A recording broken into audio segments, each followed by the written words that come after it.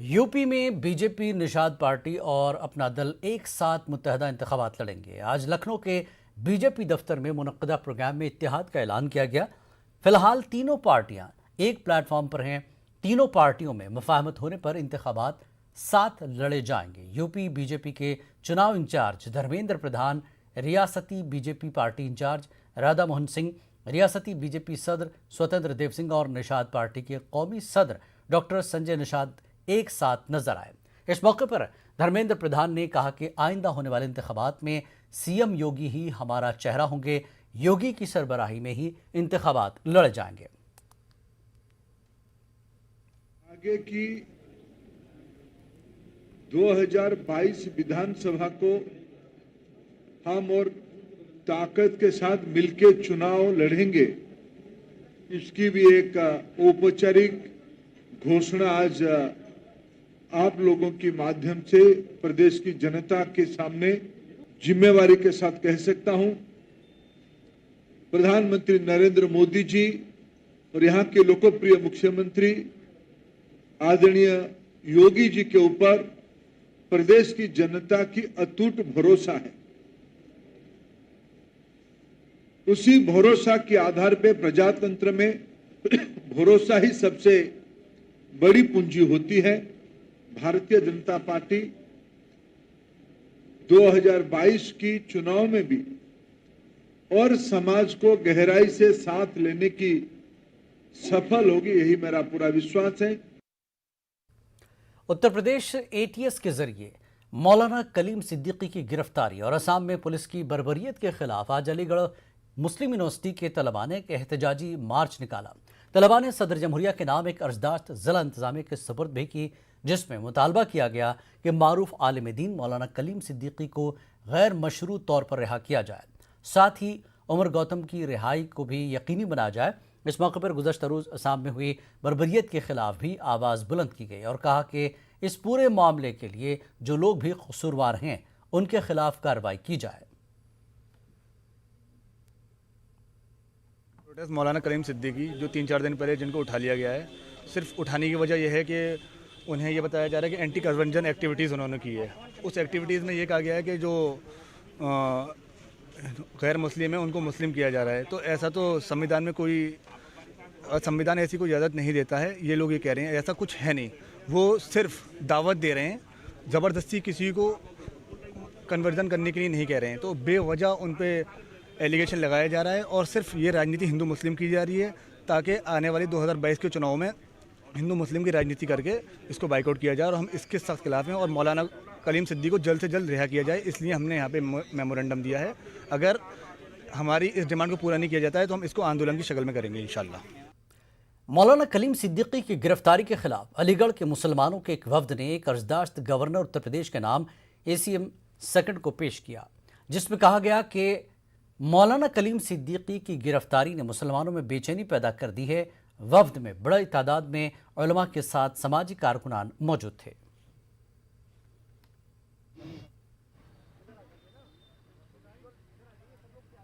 दरअसल जो मौलाना कलीम सिद्दीकी साहब की अरेस्टिंग ATS ने की है, उसके ख़िलाफ़ हमने DM साहिबा को ज्ञापन दिया है और हमारी मांगें साफ़ हैं कि कलीम सिद्दीकी साहब बेगुनाह हैं, उनको तुरंत रिहा करना चाहिए। उनको वो जो इल्ज़ामात लगाए गए हैं वो झूठे हैं, क्योंकि सरकार की मंशा साफ़ है कि अब इलेक्शन का वक्त है और इलेक्शन के वक्त में वो चीज़ों को पोलराइज़ करना चाहते हैं। अगर वो ऐसे इलेक्शन जीतना चाहते हैं तो हम वाज़ेह कर दें कि हम ऐसा बिल्कुल नहीं होने देंगे। हमारी डिमांड ये है कि मौलाना को जो गैर कानूनी तौर पर झूठे इल्ज़ाम लगाकर ये कि उन्होंने दस्तूर के ख़िलाफ़ कोई काम किया है, उन्होंने कॉन्स्टिट्यूशन के ख़िलाफ़ काम किया है, ऐसा उन्होंने कोई काम नहीं किया। किसी पर जबर नहीं किया, किसी को लालच नहीं दिया, किसी को कुछ नहीं किया।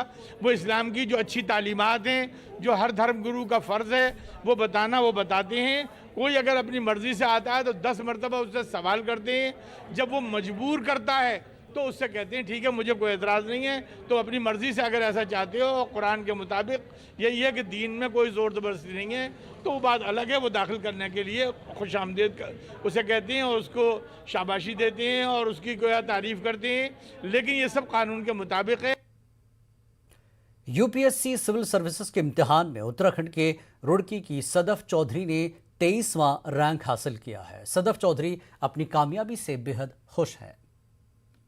इस साल यूपीएससी सिविल सर्विसेज एग्जाम में ऑल इंडिया रैंक 23 हासिल की है। ये मेरा दूसरा अटेम्प्ट था। पिछले अटेम्प्ट में मैं प्रीलिम्स भी क्लियर नहीं कर पाई थी, पर इस बार मैंने थोड़ी और मेहनत की और पॉलिटिकल साइंस मेरा सब्जेक्ट था जिसमें मेरा बहुत इंटरेस्ट था और जिसकी वजह से मैं आज यहाँ पहुँच पाई हूँ। और मेरे लिए, मेरे घर वालों के लिए, पूरे ही खानदान के लिए बहुत ही खुशी का मौका है। मैं 2 साल से इसके लिए प्रिपेयर कर रही थी, घर रह के खुद से स्टडी करती थी 8 से 10 घंटे डेली। और मुझे उम्मीद थी कि अच्छी रैंक आनी चाहिए, पर ऑल इंडिया रैंक 23 तो मैंने भी नहीं सोचा था। और अल्लाह ताला का बहुत बहुत शुक्र है कि उसने मुझे इतना अच्छा रिजल्ट दिया। शुक्रिया। उत्तर प्रदेश मदरसा बोर्ड ने मुंशी, मौलवी और आलिम के दर्जात के नताज का ऐलान कर दिया है। इस बार मदरसा बोर्ड के 1,22,132 तलबा और तालिबात कामयाब हुए। रियासत के वजीर बराक़लती बहबूद नंद गोपाल गुप्ता नंदी ने इलाहाबाद में मदरसा बोर्ड के सालाना नताज बराए 2021 का ऐलान किया। मदरसा बोर्ड के नताज में 99% तलबा और तालिबात को कामयाब करार दिया गया है। वाज़ेह है कि कोरोना की वबा के चलते मदरसा बोर्ड ने बाज़ाब्ता इम्तिहानात नहीं कराए थे। रियासती हुकूमत की तरफ से तय करदा ज़ाब्ते के मुताबिक मदरसा बोर्ड के तलबा और तालिबात को प्रमोट किया गया है। नंद गोपाल नंदी ने कहा कि यूपी बोर्ड की तर्ज पर मदरसा बोर्ड के नताज का ऐलान किया गया है। उन्होंने कहा कि अगर हालात बेहतर रहे तो अगले साल से मामूल के मुताबिक इम्तिहानात कराए जाएंगे। सेकेंडरी कक्षा में 96,213 परीक्षार्थियों में से 95,624 छात्र कक्षा उन्नति किए गए उत्तीर्ण हुए हैं। 99.38% इनका रिजल्ट है। मैं सभी छात्र छात्राओं को बधाई देना चाहता हूं, शुभकामनाएं देना चाहता हूं। इसी तरह से सीनियर सेकेंडरी में 25,919 में 98.99% छात्र छात्राएं सफल हुए हैं। उनकी भी उज्जवल भविष्य की कामना करता हूं और मैं ऐसा उम्मीद करता हूं ये बच्चे अपने विद्यालय का नाम, अपने मदरसे का नाम, अपने परिवार, अपने माता पिता का नाम और अपने ज़िले और प्रदेश और देश का नाम रोशन करेंगे और आगे की पढ़ाई में भी मन लगा करके इसी तरह से। गाजियाबाद के लूनी में जिंदा समाधि पर बैठे किसानों से किए गए प्रगतिशील समाजवादी पार्टी के कौमी सदर शिवपाल यादव ने मुलाकात की। शिवपाल यादव ने किसानों के जरिए खोदे गए गड्ढे में उतरकर धरने पर बैठे किसानों के मुतालबात को जायज़ बताया। उन्होंने बीजेपी हुकूमत को सख्त तनकीद का निशाना बनाया। जो खरीद होती है उस पर भी डीएम से लेकर एसडीएम से लेकर के सभी नीचे से जितने होते हैं सब उसमें अपना हिस्सा डाल देते हैं, सब हिस्सा लेते हैं। मुझे तो पता था, इसलिए पता था कि हम किसान के बेटे थे, हमने भी खेती की है, हमने भी खेती की है। मजबूरी ये है कि पॉलिटिकल हो गए हैं, चुनाव लड़ने लगे हैं, लेकिन खेती तो अब भी देखते हैं, अब भी देखते हैं। अब बताओ, ऐसा कानून है अगर मजदूरों से किसी को खेती बटाई पर दे दोगे, किसी से कराओगे तो खेती पर भी खतरा। बताओ, फिर तो हम पॉलिटिक्स न करके फिर खेती में ही लगे रहे, फिर तो खेती बचाएं कैसे? बताओ, ऐसे ऐसे कानून, ऐसे ऐसे कानून। इसलिए हम मनवीर तेवतिया साहब और उनके साथियों को, जितने भी आमरण अनशन पर बैठे हैं, हमारा पूरा आपको सहयोग है। हमारी प्रगति समाजवादी पार्टी का एक एक वर्कर, एक एक पदाधिकारी। शिवपाल सिंह यादव जिंदाबाद। 18 साल से कम उम्र वालों के लिए अभी वैक्सीनेशन की शुरुआत न होने और कोरोना की तीसरी लहर के मुमकिन खतरे को देखते हुए सरकारी अस्पतालों और मेडिकल कॉलेजों में खास तौर पर बच्चों के इलाज के लिए खास आईसीयू वार्ड तैयार किए गए हैं, जहां बच्चों के लिए प्राइवेट अस्पतालों से भी ज़्यादा बेहतर तिब्बी सहूलियात फराहम करने का दावा किया जा रहा है। मेरठ के लाला लाजपत राय मेडिकल कॉलेज में भी ऐसा ही 100 बेड का एक खास वार्ड तैयार किया गया है, जहां बच्चों के इलाज के लिए वेंटिलेटर से लेकर ऑक्सीजन, इंक्यूबेटर, सीपैप, बाईपैप जैसी सभी तरह की सहूलियात दस्तयाब कराई गई हैं। वार्ड में तमाम सहूलियात का जायजा लेने के लिए आज WHO की टीम ने मॉक ड्रिल के जरिए तैयारियों का जायजा लिया।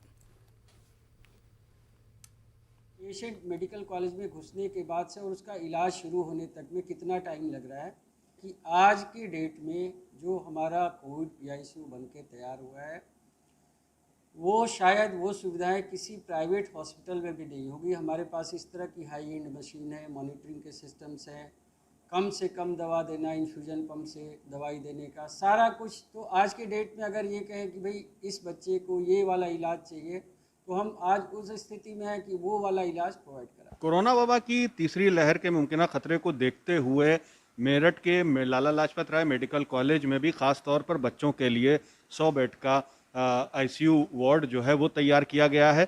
अभी 2 महीना पहले इसमें इंस्टॉलेशन का काम शुरू हुआ था, लेकिन आज से बाकायदा ये पूरी तरह से शुरू हो गया है और यहाँ पर 100 बेड की फैसिलिटी जो है वो दी गई है। 100 बेड यहाँ पर मौजूद हैं, जिनमें से तकरीबन सभी ज़्यादातर बेड्स पे वेंटिलेटर जो है वो प्रोवाइड करवाया गया है। किसी भी ऐसी ज़रूरत के वक्त के जब बच्चे को वेंटिलेटर की ज़रूरत पड़ती है तो यहाँ पर उसकी कमी नहीं है और ये PM केयर फंड के ज़रिए ये जो है सहूलियत यहाँ पे दस्तयाब कराई गई है। इसके साथ ही जो पीडियाट्रिक का वार्ड है वहाँ के जो स्टाफ हैं, ख़ास तौर पर कुछ लोगों की इसी वार्ड के लिए ड्यूटी भी लगाई गई है। उम्मीद यही की जा रही है कि तीसरी लहर का कोई ऐसा खतरा अभी ना आए और ये चीज़ जो है कोरोना का जो खतरा है वो टले। जिस तरह से वैक्सीनेशन हो रहा है, लेकिन बच्चों का क्योंकि अभी तक वैक्सीनेशन नहीं शुरू हुआ है तो ये खतरा उनके लिए ज़रूर बरकरार है और उसी को देखते हुए तमाम तैयारियां यहाँ पर की गई हैं। डॉक्टर साहब, कितने बेड हैं और किस तरह से आप लोग ये कर रहे हैं? हमारे पास 100 बेड हैं, जिसमें हमने एक ICU वाला पोर्शन बनाया है, एक SDU वाला पोर्शन बनाया है, कुछ आइसोलेशन वाला पोर्शन बनाया है। कुछ बच्चों को ऑक्सीजन की ज़रूरत नहीं होगी तो उनको हम आइसोलेशन वार्ड में रखेंगे। जिन बच्चों को वेंटिलेटर की ज़रूरत है वो हमारे ICU में रहेंगे। जिनको CPAP, BiPAP या HFNC की ज़रूरत है वो हमारे SDU वाले वार्ड में। हमारे पास जितने भी बेड्स आप देख रहे हो हमारे ICU में रखे हैं, सारे ही बेड्स वेंटिलेटर इक्विप्ड हैं। सब पे मॉनिटर, सैचुरेशन मॉनिटर, सारे ही बेड्स पे हमारे पास सारे इलेक्ट्रॉनिकली कंट्रोल्ड बेड्स हैं जो आपको किसी भी प्राइवेट हॉस्पिटल में देखने को नहीं मिलेंगे। साथ में ही हमारे पास 4 न्यूनेटल बेड्स भी हैं जो 1 महीने से कम के बच्चे हैं जो इस तरह की दिक्कतें, कोई भी तरह की दिक्कतें लेके आते हैं, जिनमें कोविड पॉजिटिव निकलते हैं। उत्तर प्रदेश में असेंबली इंतखाबात करीब हैं। ऐसे में बीजेपी के तमाम अरकान असेंबली अपने अपने इलाके में तरक्याती कामों को गिनवाने में मसरूफ़ हैं। गाजियाबाद साहिबाबाद असेंबली में क्या तरक्याती काम हुए हैं, इस सिलसिले में बीजेपी MLA सुनील शर्मा से हमारे नुमाइंदे रोहित ने बात की। इतनी बड़ी विधानसभा है, हम बात करते हैं विधायक सुनील शर्मा से, क्या विकास कार्य रहा है और आगे कैसे चुनाव में जाएंगे और मुद्दे लेकर जाएंगे, बात करते हैं। देखिएगा, विकास पे मैंने एक पूरी पुस्तिका बनाई है और सारे मीडिया को मैंने जारी भी की थी अब से लगभग 1 महीना पहले। विकास के कार्य इतने अधिक हैं कि अगर उनको मैं गिनाना शुरू तो 1 घंटा आपको रिकॉर्ड करना पड़ेगा मुझको, लेकिन मैं संक्षिप्त में बता देता हूँ। इस 2017 से पूर्व साहिबाबाद विधानसभा जाम के लिए जानी जाती थी। आज पूरी साहिबाबाद विधानसभा जाम मुक्त है। वो इसलिए है कि यहाँ 2000 किलोमीटर सड़कों की लंबाई है। लगभग 90% सड़कों का काम हमने पूरा किया है। जहाँ उनको चौड़ा किया है, उनका नवीनीकरण किया, सुदृढ़ीकरण किया, जहाँ जिस चीज़ की आवश्यकता थी हमने की। हमारे लगभग 100% पार्कों का सौंदर्यीकरण किया जा चुका है। जो 10% बचे हैं उनका अब टेंडर हो गए और उन पर काम किया जा रहा है। हमने 5 फ्लाईओवर अपनी विधानसभा में बनवाए जहाँ बहुत बड़े जाम के पॉइंट थे। 3 अंडरपास हमने बनवाए हैं। कैलाश मानसरोवर भवन हमारे यहाँ बना है। खोड़ा में हमने GZB क्रिकेट एसोसिएशन के डायरेक्टर प्रवीण त्यागी ने गाजियाबाद क्रिकेट एसोसिएशन के सदर राकेश मिश्रा पर बदनवानी के संगीन इल्जामात आयद किए थे। कल हमने ये खबर नशर की थी। इसके बाद आज अपने ऊपर लगे इल्जामात की सफाई में राकेश मिश्रा ने प्रेस कॉन्फ्रेंस करके कहा कि उनके ऊपर जो इल्जामात लगाए गए हैं वो बेबुनियाद हैं।